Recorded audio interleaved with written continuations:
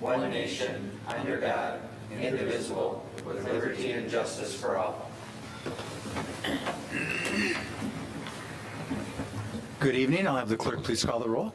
Supervisor Fountain? Here. Clerk Chofiu? Here. Treasurer Horning? Here. Trustee Lubeski? Here. Trustee McMullen? Here. Trustee O'Connell? Here. Trustee Petrucci? Here. All present. Thank you. Item number 4 is approval of our agenda. So moved. Support. Moved by Trustee O'Connell, support by Trustee Petrucci. Any discussion? Being none, all those in favor say aye. Aye. Those opposed, nay. Motion carries. Item number 5 is call to the public. I believe we have a guest this evening. Emmeline?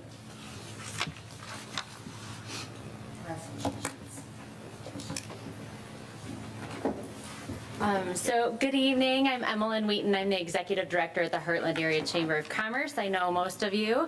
I wanted to drop in today and just give a quick update on what's going on at the Chamber and to extend an invite to all of you guys to attend some of the fun things that are coming up, mainly ribbon cuttings, which are very exciting. And you guys have worked really hard to make these businesses come to life and to get them here. So I want to extend the invitation. The Heartland Chamber currently has 226 members as of August. We continue to grow each year with 22 members this year and a 93% retention rate. So businesses are staying within the chamber, they're staying within our community, which is all very good news for all of us. A lot of retail, healthcare, education, professional services, a lot of small businesses and nonprofits. You guys kind of know the lay of the land here in the business community. 6,000 plus followers on social media, so a lot of people interested in what we are doing in the business community here, so that's all very good stuff. Some upcoming events just to highlight for you guys, and again, I really want to extend the invitation. These business owners would love to see and meet you, so please feel free to attend any of these. Tomorrow at 11 a.m. Lockwood is having their grand open and ribbon cutting. You guys are very welcome to come to that. It's ribbon cutting is at 11 a.m. The whole open house goes until 2 p.m. So if you guys have not toured the facility yet in its finished state, you're more than welcome to come and check that out. Our annual golf outing is coming up. We're at Ironwood this year again. So if any of you guys want to golf with us, come on down. Or if you just want to stop in for breakfast and say hi to folks, please feel free to stop in. Heartland Art Walk, which is part of our Partners in Progress initiative with Heartland Living. We're going into year 3 with that. We have extended and enhanced our scholarship opportunity for all the kids in the community. We're also drawing in more folks from outside of the community to display their art. So I think you guys are pretty familiar with this event, but the entire intent of this event is to get people to Heartland and then to push them out into the community so they can really experience what Heartland's all about. So whether it's seeing artwork that's posted in Settlers Park or in businesses in town or attending some of the events that are alongside of that, all of that is really meant to get people into Heartland and then have them really experience what Heartland is all about for a couple weeks in the fall. This year, we're focusing in on the history of weaving in Heartland. So we've commissioned an artist with the Black Sheep Weavers Guild to create a woven piece that will be permanently displayed at Crow-Main. So you guys have that to look forward to too. There's a really rich history there. The museum is going to be putting on some displays with Girl Scouts and with some of the folks there. So look forward to all of that. Leadership Livingston is another one that I want to bring to your guys' attention, and this is something to kind of keep an eye on because this is a collaborative effort between the Brighton, Howell, and Heartland Chambers. Leadership Livingston has been in Livingston County for about 20-ish years. With COVID, it took a hiatus, and we brought it back last year. And this is really meant to engage folks to take on that civic leadership just like you guys are doing. So pay attention to that one too. I think there's some leaders coming out of that program that are very much a vital part of our community and are going to be a great resource for us moving forward. So just check in on that. We'll have invitations that'll go out to you guys for certain things with that, and I'd love for you guys to attend some of those activities. Another thing you guys could come to are our morning mixers. Those are from 8 to 9:30. The next one coming up is August 21st, hosted by Beauchamp at the Howell office. So that is with the Brighton and Howell chambers as well. So that's a great one to come to get out there and network and meet some new people in the community and some of those businesses. So please feel free, attend any of those things. We're still continuing to highlight our businesses with video. So we'd love to, if any of you guys would like to engage with that, please let me know. I'd love to do anything with you guys on that, just to share a little bit of what goes on behind the scenes with businesses here in Heartland. We've expanded our scholarship and our teen surveys to try to get our youth engaged in what we're doing and really try to make sure that we're bringing them back to the community after they graduate from high school, right? Whether they're going to college or a trade school or whatever they're doing, we want them to come back to Heartland and bring their talents back here so we can continue to grow our community. We're upgrading our chamber website and extending our social media reach to try to keep promoting our local businesses. So please, like, share, follow all of that stuff, because anything we can do to keep action in the direction of our Heartland businesses is always a good thing. And as always, thank you guys so much for your partnership. We really appreciate everything that you guys do for the business community. I know sometimes you're only hearing maybe the negative stuff on that end, but there's a lot of really positive things happening and a lot of really amazing business owners that are making Heartland great, as you guys know. So if you have any questions for me, please feel free to reach out anytime. I'm a phone call, email away. Touch base if you guys have any questions, but I appreciate the opportunity to give you guys a little update. Thanks so much. Thank you. Thank you.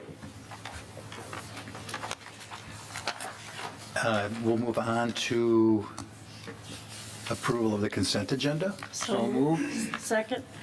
Motion by Trustee Petrucci, support by Treasurer Horning. Any discussion? Being none, all those in favor say aye. Aye. Aye. Those opposed, nay. Motion carries. Thank you. We'll move on to item number 7. We have 3 action items this evening. We have 2 site plans and an appointment of a hearing officer. So with that, we will start with site planning application number 25-008, Highland Reserve PD, with a second amendment. If you'd like to come forward, good evening. You're more than welcome to sit, too. You don't have to stand. And your name is? Good evening. My name is Mike Knowles, N-O-L-E-S. I'm with the Umler Group. We're the civil engineers and surveyors working for Alan Edwin on this project. Happy to be before you, and I'll try to answer any questions that you might have about the application. Perfect. And we have Troy Langer here this evening, our planner. And we have typically had Troy give the abridged version of what the status is and what's in front of us, and then we can open it up to questions. So Troy, you have the floor. Okay, thank you. Just to recap, Highland Reserve is a single-family residential subdivision, and it is on the south side of M59 near Heartland Glen Golf Course. It's also near Redwood Development. And originally, this was a single-family development, but the northwest corner of it, about 2 acres, was reserved for future commercial and was retained by the owner of the property and was not going to be included in the sale of this property to Alan Edwin Homes. However, the owner has decided to change his mind and has thought that the 2 acres being commercial probably is not likely, and has offered that 2 acres in the extreme northwest corner to be part of this whole development. And so the applicant is here before you tonight to amend the plan development to eliminate commercial and then to change that 2.1 acres to residential. They're proposing 6 single-family homes in that area, so they would increase the number of homes from 102 units to 108 single-family homes. What you're seeing here is the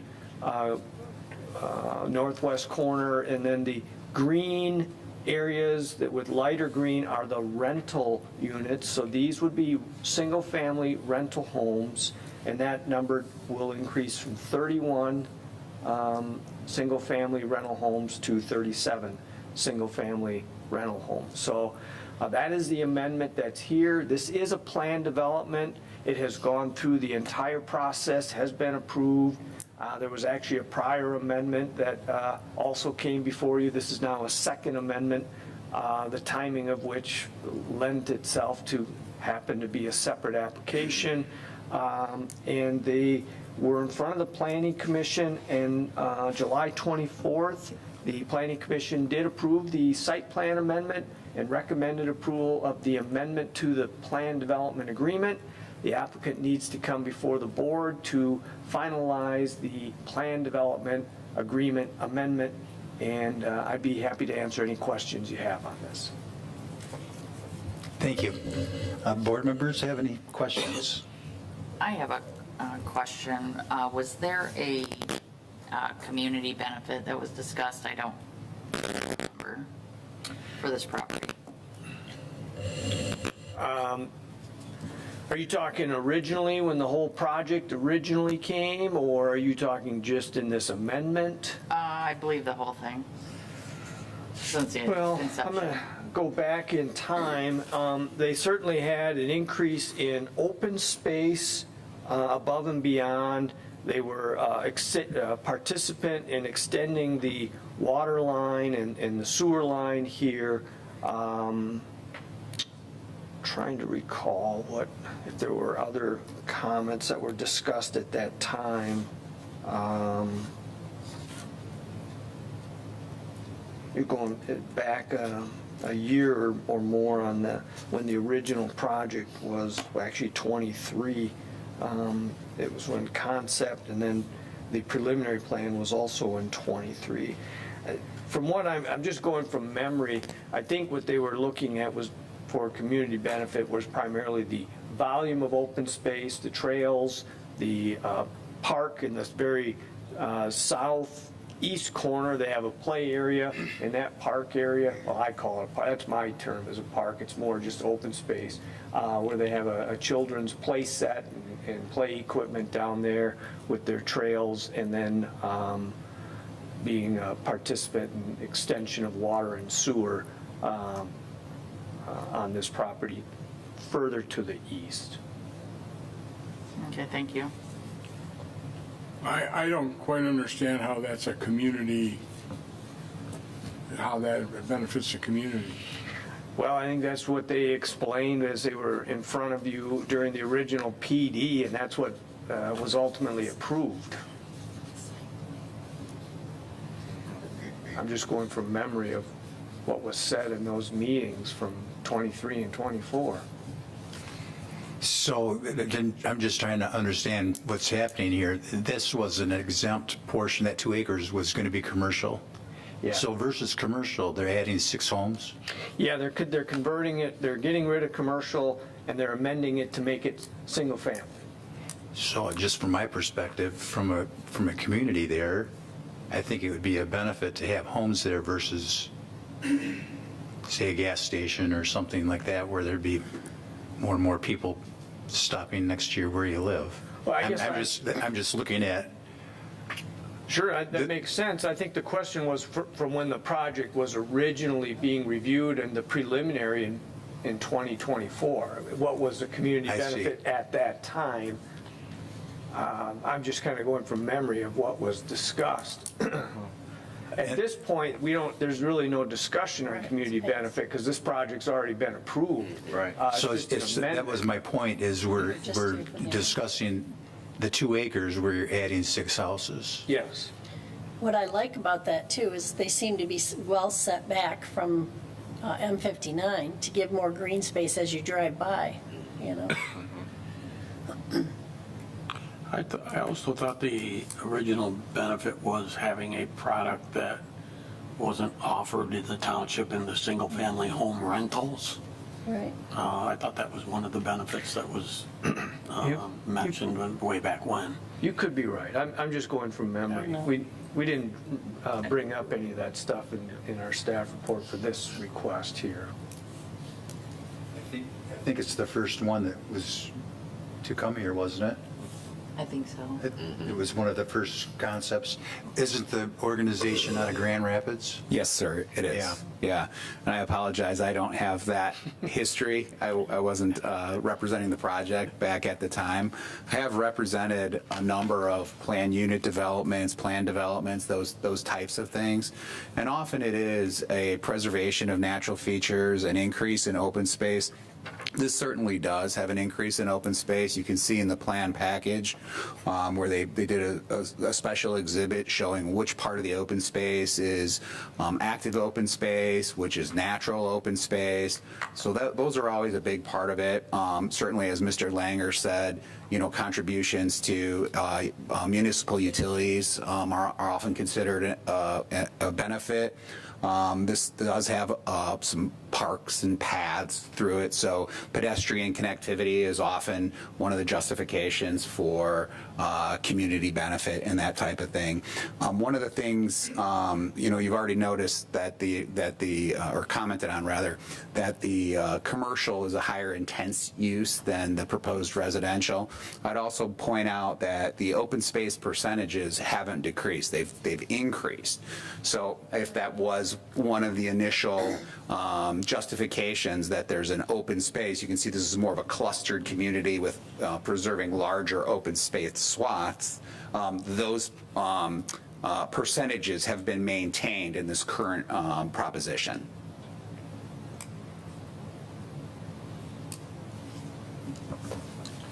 Other comments? There was a comment in the write-up that that Eagle has not approved the wetland delineation. What would happen if they changed some of that? Would you have to go back and redesign certain things, or?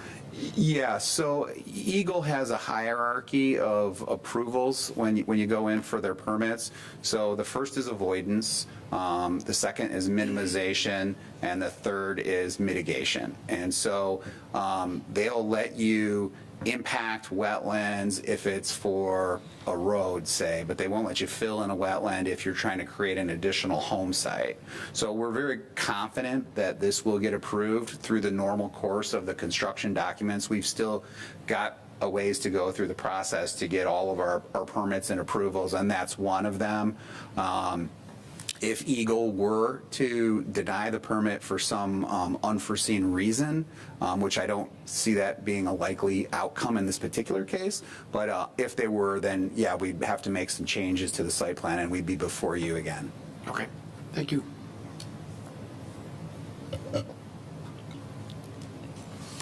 Denise, do you have anything this evening? I do not. Brett, anything this evening? Kathy? Anybody else? Any final comments, Troy? No, not, if you have any other questions, I'd be happy to answer. If there isn't anything, I'll entertain a motion. I'll move to approve the proposed second amendment to the Highland Reserve Plan Development Agreement based on the staff memorandum dated July 30th, 2025. I'll second. Motion by Clerk Schofu, Thanks, Summer. support by Trustee McMullen. Any other discussion? Being none, all those in favor say aye. Aye. Those opposed, nay. Motion carries. Thank you very much. Thanks. Appreciate your time and consideration this evening. Yep.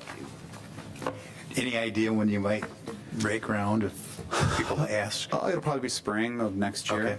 Yeah. All right. Okay. Thank you. Thank you.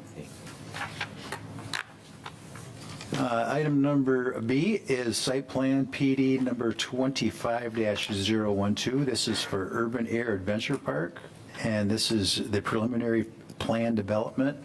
Good evening. Evening. Troy is again here as our planner. And Troy, if you could briefly explain where we are in the process and what's in front of us this evening. Who are these gentlemen are? Oh, I'm sorry. Gentlemen, can we have your names again, please? Nate Sumner. Kevin Johnson. Welcome. Thanks. Okay, thank you. Manager Lucy, if you could pull up the building elevation, just to kind of give an indication of what that looks like. So the applicant is proposing it's a trampoline, rock climbing, zip line, laser tag activity center. It's 38,400 square feet. It's located south of M59, east of Old 23, and west of US 23. It actually has frontage on US 23. The applicant is proposing this as a plan development, and that process for plan development, I've probably outlined this numerous times. It's a three-step process. The first part is conceptual review, where the applicant presents their concept, their idea. That goes in front of our planning commission for comments, no formal decision. It goes to our township board also for comments, again, no formal decision. And then if that sounds favorable, the applicant puts together much more detailed plans, building elevation, landscape plan, and submits for a preliminary plan review, which is actually a public hearing. They've done that. The planning commission held the public hearing on July 24th. The planning commission did recommend approval of that. So the next stage would be for that preliminary plan to come in front of the township board, which is tonight's meeting.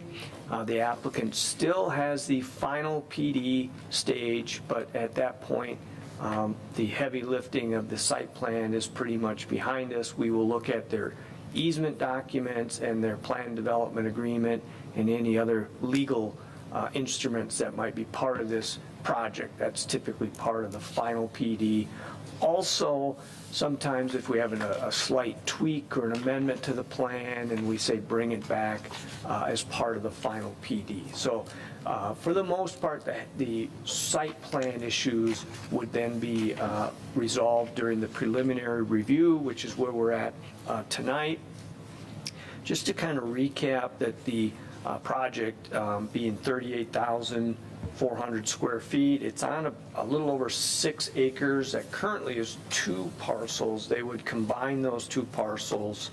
As I mentioned, the planning commission had recommended approval of this, the parking, the landscaping, the signs.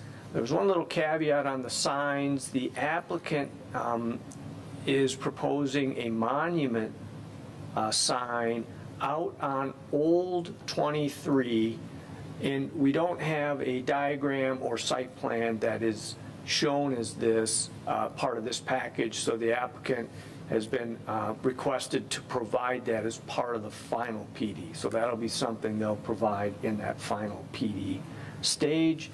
Other than that, I just open it up for any questions or comments you might have. Troy, to start with, the Planning Commission, they've recently gone through this. Do you have any comments that they had? Well, we talked a little bit about the architecture, the building materials. We talked a little bit about the landscaping on the site. There was some discussion of the parking lot. I'll call it a joint parking lot. It actually connects to the property to the west. That parking lot kind of just ends. There's no real curb and gutter at the end of it. It's not really even striped with parking spaces there.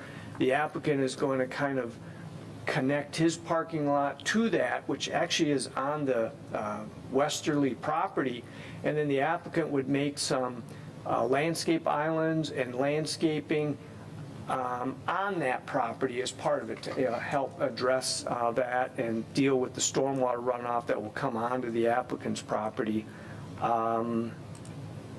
Talked about what goes on inside of the activity center. I'm not even sure if that's what it's called. That's kind of my term for it. I'm not sure if I'm missing anything from the planning commission meeting.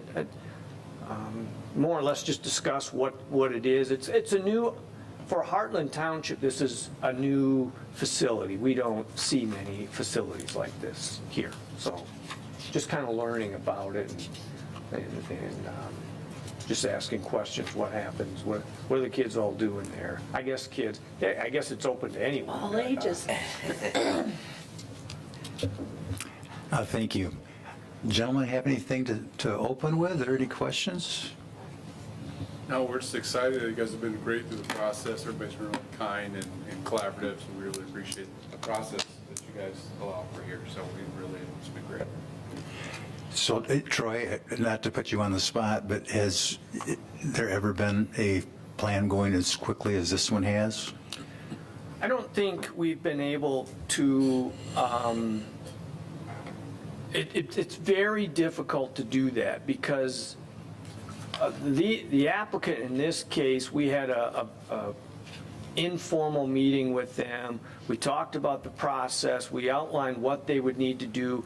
And when they submitted for conceptual, they were pretty close to a preliminary plan. Most applicants wouldn't be that far involved in their site plan, their building elevations and so forth. So that really helped them to move along.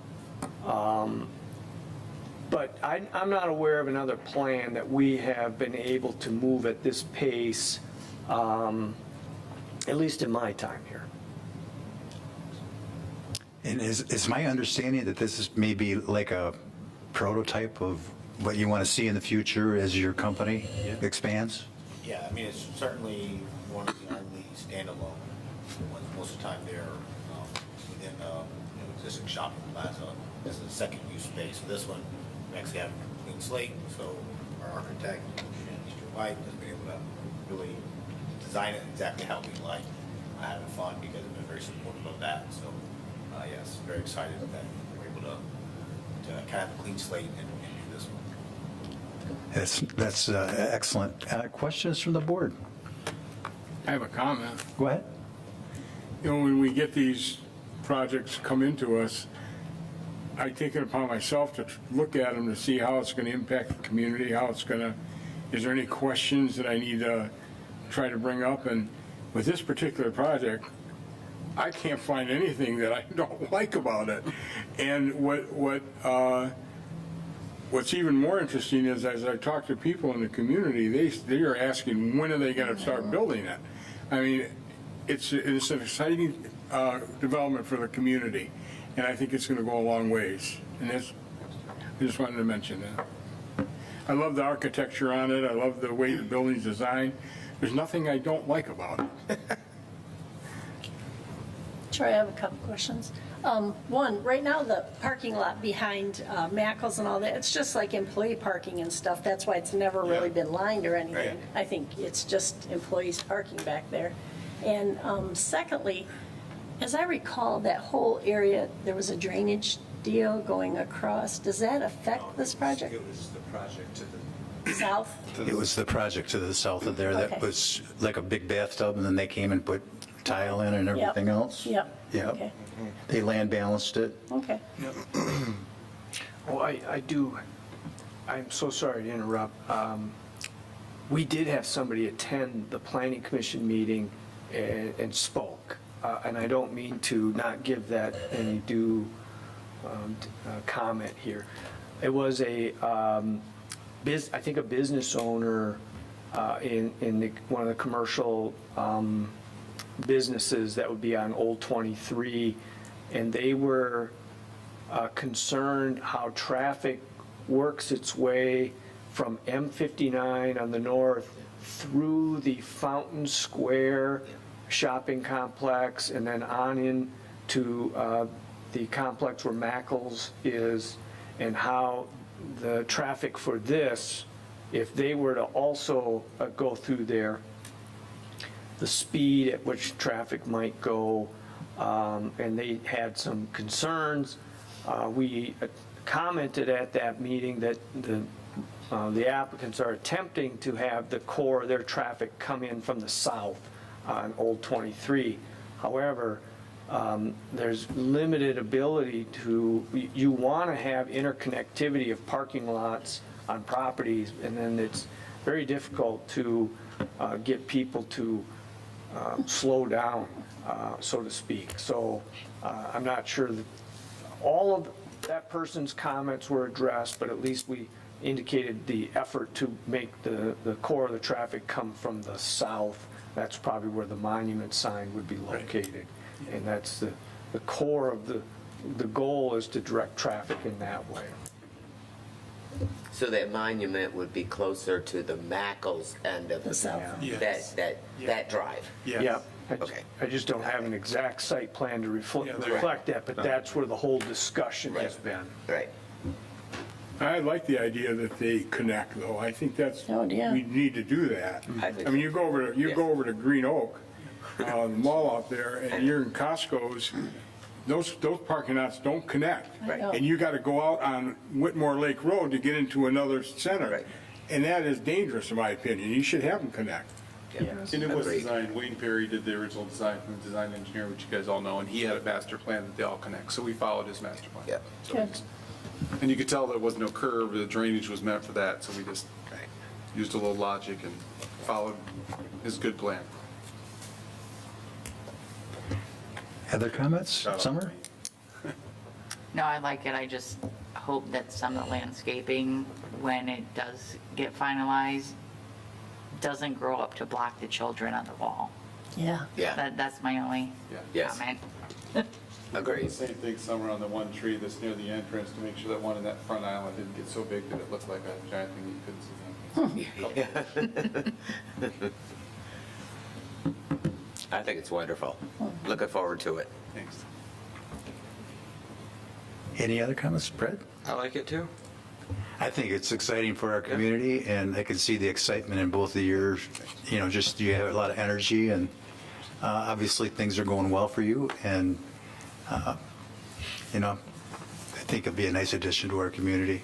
Very family-oriented, and it checks all the boxes for what we're trying to turn into as a community. So, with that, anything else? I'll entertain a motion. I'll move to approve site plan PD 25-12, the preliminary plan development site plan for Urban Air Adventure Park plan development as outlined in the staff memorandum dated July 30th, 2025. Or Motion by Treasurer Horning, support by Trustee Petrucci. Any other discussion? Being none, all those in favor say aye. Aye. Those opposed, nay. Motion carries. Thank you. Thank you. Okay, our next item, C, is an appointment of a hearing officer. This is a motion that's not going to really come from me. It's a requirement, I guess, of the supervisor to appoint or make a motion to a recommendation to appoint. And I would like to appoint Creative Design and Construction. We went through a process, and I don't even want to date it because I'm not sure how many years ago it's been, maybe 10 years ago. We had a building that had to, there's a process that goes through if there's a dangerous building. And one of our rules is to have a professional go through that and make a written documentation of what they observe and what would have to be put back into that to make it safe. So this is a process that we're responsible for. And fortunately, we don't have to do this very often, but any questions on that? Of course. So is there like an official appointment start and end date? for this process? No, I think it's per project. Okay. So we've only done it one other time. This is the company that we used 10 years ago. His company is right here in Heartland, and he's got a very, very good reputation as a general contractor in construction and that type of thing. So he did a great job last time for us, and he's still willing to do it this time. So, and he knows what the process is as well. Okay, and then, I guess the property owner, are they still living in the, I'm not exactly sure, but there are times where the individual is there. okay, I think not there more than is there. But again, it's until somebody goes in and actually looks to see what's happening. okay, so they'll get There'll be a tour. report, and I believe, and I'm not an expert on this because we've only done it one time, but at some point, the county building department gets involved. okay, And since we don't have a building department, it's our responsibility to get this started in this case. That report would go to the county building department. Okay. Then they would go through with, if it is, we don't know if it is a dangerous building yet or not, until they go through this portion of the process. Okay. And then the steps would go to the county level. I believe that's how that works. okay, okay, just curious. Am I missing anything on that, Troy?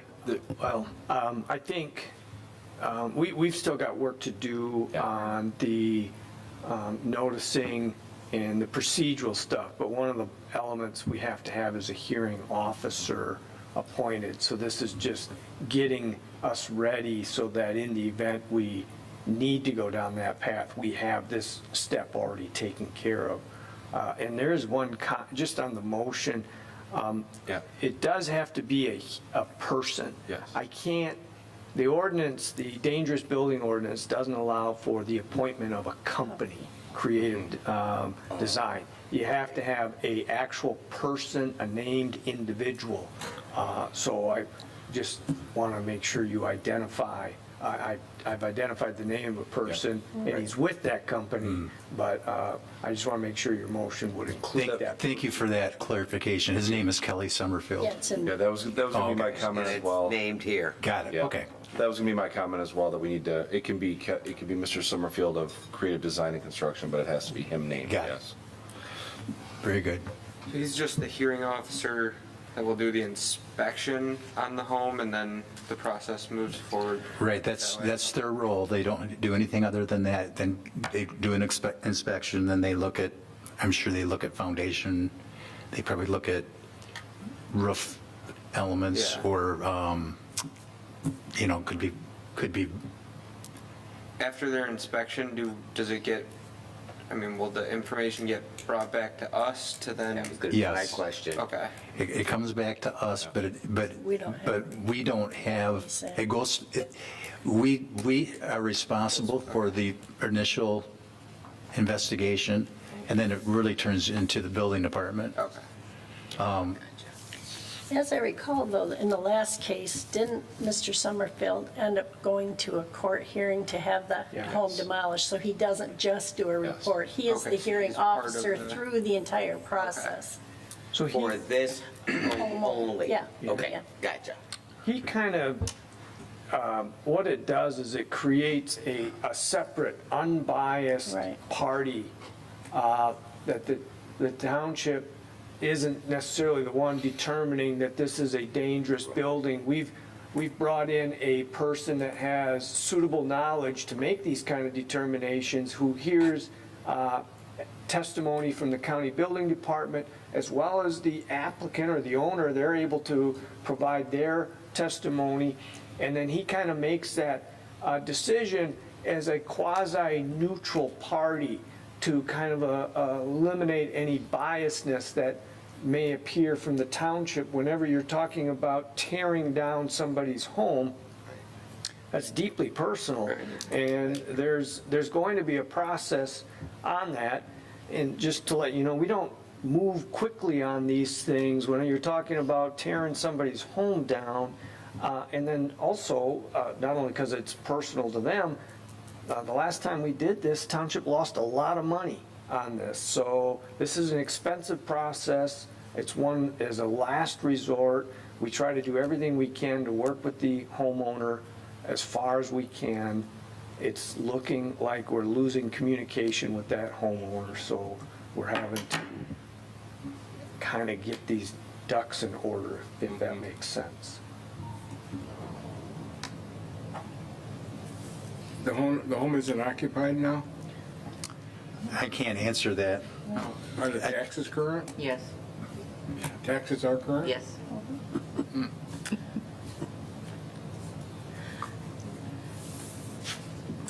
So then her research. I would assume that the whole process gives the owner of the property plenty of time to correct the problem before it gets to a demolition issue. I think it was at least 2 years with the previous one where they lived out of state, but they were notified time and time again of what they had to do. And we've been working with this owner for quite some time, and they've asserted they want to make improvements and do stuff, and then we've kind of, then we were without a code enforcement officer as well, but kind of the two things, it's now been quite a while.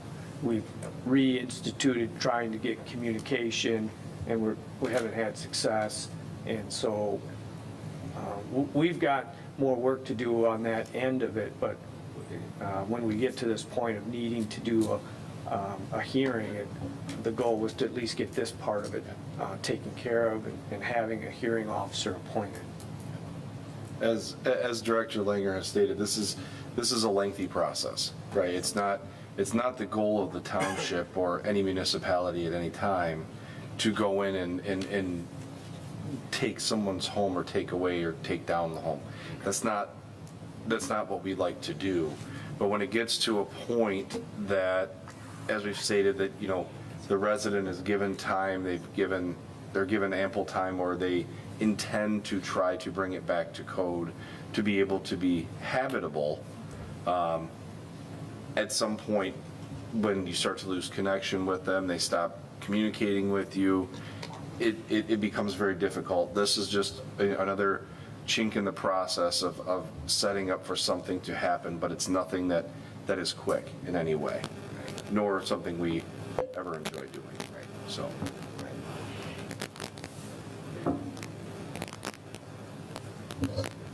Any other questions? I'll entertain a motion.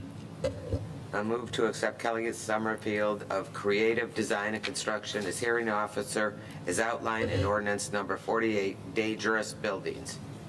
Support. Motion by Trustee O'Connell, support by Trustee Lubeski. Any other discussion? Being none, all those in favor say aye. Aye. Those opposed, nay. Motion carries. Thank you. Board reports. Our first meeting in August starts with Trustee Lubeski. No report. Trustee McMullen? No report. Trustee Petrucci? No report. Our Clerk Shofu? No report. Treasurer Horning? First, congratulations to Trustee Lubeski and his wife for their new baby that was born this week.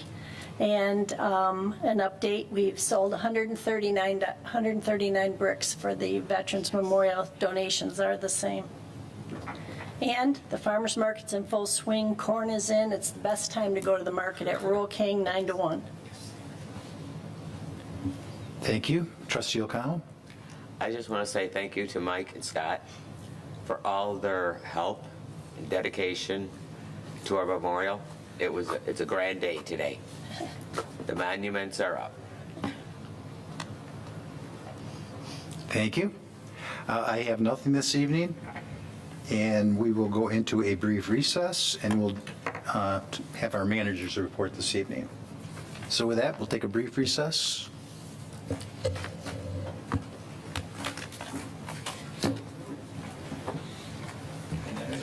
Thank you. Troy, have a safe trip home.